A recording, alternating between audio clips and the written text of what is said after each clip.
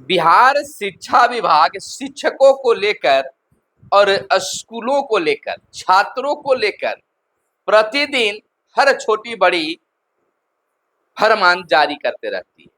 लेकिन शिक्षकों के वेतन को लेकर कितना विभाग चिंतित है, यह तो कहने की जरूरत नहीं है।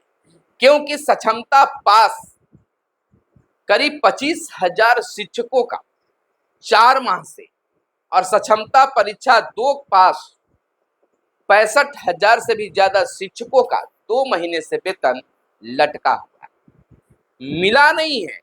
कैसे उनकी घर की स्थिति है, दयनीय है। विभाग मंथन नहीं कर पा रही है, इस पर कार्य नहीं कर पा रही है। अलबत्ता यह कहा जा रहा है कि बहुत जल्द वेतन मिल जाएगा। कब मिलेगा आखिरकार? हाँ, एस सिद्धार्थ साहब ने एक्शन तो जरूर लिया है शिक्षकों को अपमानित करने पर, शिक्षकों को मान सम्मान बढ़ाने का काम किया है। एक बेचारे शिक्षक का पत्र अपने कार्यक्रम में शामिल किया शिक्षा की बात में, और उस पर कार्य भी किया, उनकी बातों पर अपनी सहमति भी जताई, आदेश भी जारी किया। तो यह शिक्षकों के लिए गौरवान्वित की बात है। लेकिन अच्छी अच्छी बातें सुन लेने से, मोटिवेशनल बातें जान लेने से, सुन लेने से क्या शिक्षक और शिक्षक के परिवार का पेट भर जाएगा? नहीं, जवाब यही।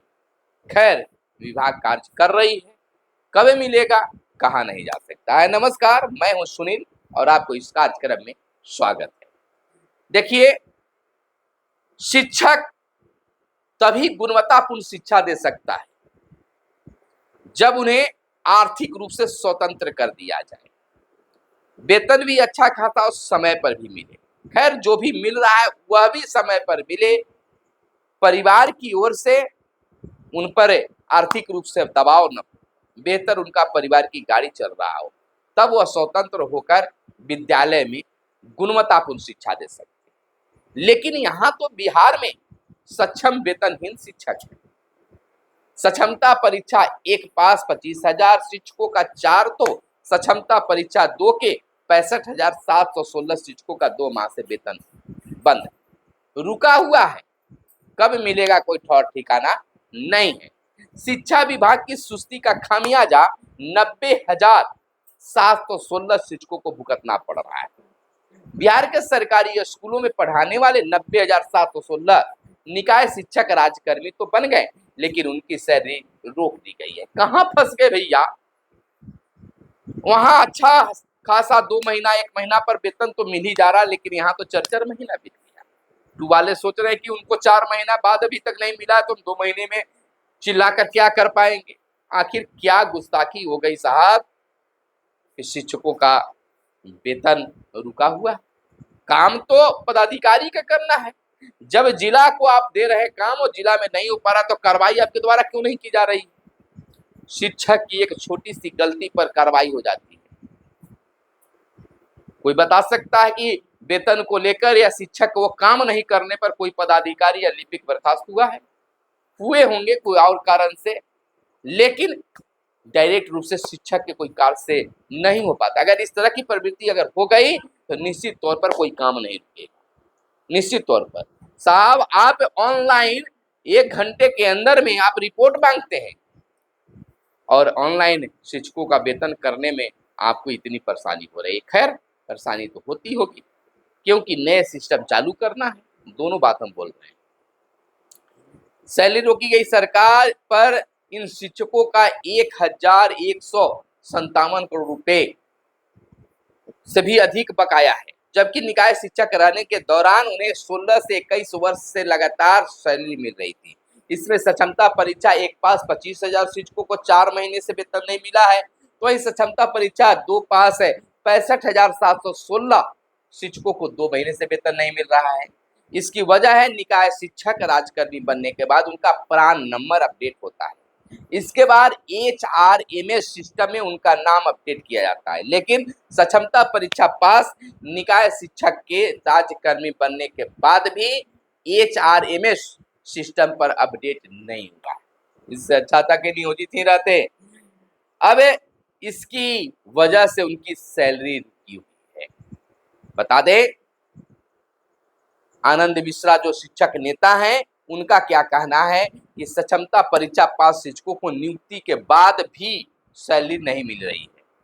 शिक्षकों के सामने स्कूल तक आवाजाही के साथ परिवार की परवरिश भी समस्या है।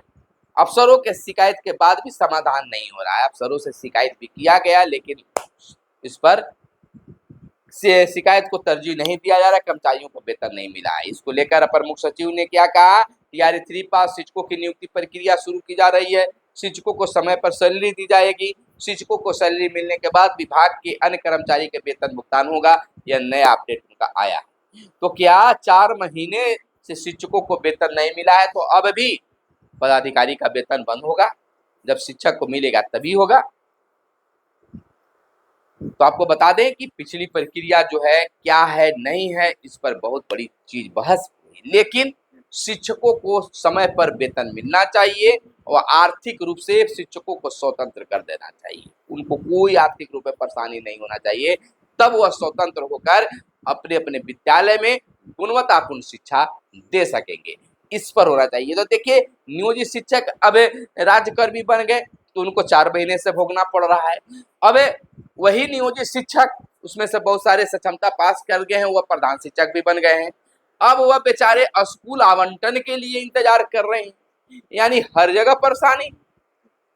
नियोजित शिक्षक सक्षमता पास करने के बाद में ट्रांसफर को लेकर जब विभाग ने मांगा तो ट्रांसफर को लेकर आवेदन दिया, ट्रांसफर तो हो गया, लेकिन उनका स्कूल में पोस्टिंग नहीं अभी तक किया गया है।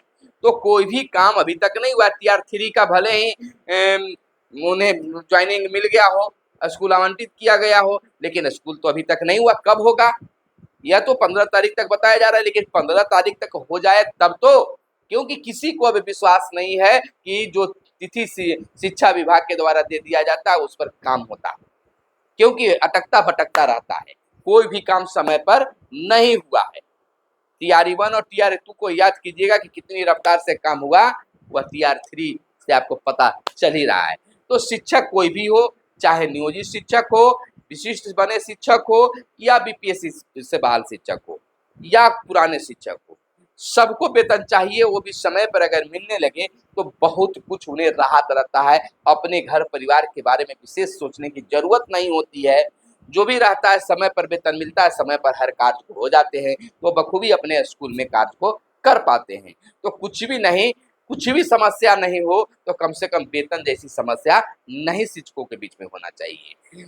एक तिथि का निर्धारण विभाग जरूर कर ले कि इस तिथि से इस तिथि तक, भले आज ये समस्या है प्राण नंबर जनरेट वगैरह कराने का, बहुत सारे सिस्टम है उसमें होने का हो, लेकिन उसके बाद भी यह एक निश्चित किया जाए कि 1 तारीख से 5 तारीख तक या 1 तारीख से 10 तारीख के बीच में सभी शिक्षकों को, चाहे किसी भी कैटेगरिया को, चाहे बीपीएससी से बहाल शिक्षक हो, नियोजित हो या विशिष्ट शिक्षक हो, इतना तारीख तक सभी शिक्षकों को मिल जाएगा। अब साहब देखिए, यहाँ हर कैटेगरिया में शिक्षक को बांट रहे हैं, हर कैटेगरिया से आप वेतन देते हैं, किसी को पहले किसी को बाद में, तो नहीं। यह सिस्टम में भी थोड़ी चेंजिंग होनी चाहिए। हमारे जानकारी के अनुसार शिक्षक भी मंतव्य जारी करते हैं, सभी शिक्षकों का 1 दिन वेतन होना चाहिए, चाहे किसी तरह का बहाल हो। अगर मान लीजिए कि नियोजित शिक्षकों का पहले हो जाता है, बीपीएससी वाले को नहीं होता, तो वहां भी प्रश्न चिन्ह खड़े होते हैं। बीपीएससी वाले को पहले हो जाता है, नियोजित को बाद में होता है, तो यह भी दिक्कत है।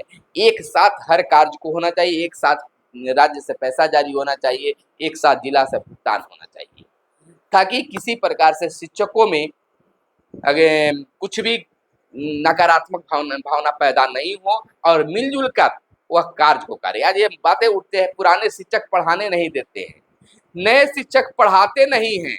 पुराने वाले कहते हैं कि नए शिक्षक आकर केवल खाना पूर्ति कर रहे हैं, वह बिहार के बच्चों को समझ नहीं पा रहे हैं, बाहर से जो शिक्षक आए हैं। नए शिक्षक कहते हैं कि पुराने वाले ना पढ़ाते हैं ना पढ़ाने देते हैं। इस तरह की कई चीजें मामला सामने निकल कर आया है, पत्र भी जाता है विभाग में। तो यह सब विभाग के द्वारा ही पैदा किया जा रहा है, क्योंकि आप अलग अलग कैटेगरी में बांट रहे हैं। क्योंकि यहाँ पर एक ही नाम होना चाहिए, वह है सहायक शिक्षक। किसी तरह क्या बहाल होकर आए हैं, विद्यालय में जब ज्वाइन कर लिए तो वहाँ एक सहायक शिक्षक हो गए, लेकिन आपकी रिपोर्ट जो मांगी जाती है वह इस ढंग से अलग अलग करके ही मांगा जाता है। तो अलग अलग ढंग के पढ़ाई भी आप देखिए, फिर वो हंगामा और बवाल क्यों। खैर यह नहीं होना चाहिए। शिक्षक होते हैं, एक मर्यादा युक्त पोस्ट होता है, इसको भी शिक्षकों को समझना चाहिए। खैर हम यह जरूर कहेंगे शिक्षा विभाग से, एसीएस महोदय से, कि शिक्षकों का वेतन का जरूर ख्याल रखें, क्योंकि वह शिक्षक अकेला नहीं, वह अपने पूरे परिवार के साथ है। तो शिक्षक को वेतन जल्द मिलना चाहिए और हर महीने एक तिथि तक वह वेतन शिक्षकों को मिल जाना चाहिए। जाते जाते इस चीज को एसीएस जरूर कर दें, ताकि वह एक इतिहास बन जाए और उनका नाम रहे। तो वेतन शिक्षकों को समय पर मिले। मिलते हैं अगले वीडियो में, तब तक के लिए दीजिए इजाजत। जय हिंद, जय भारत, वंदे मातरम।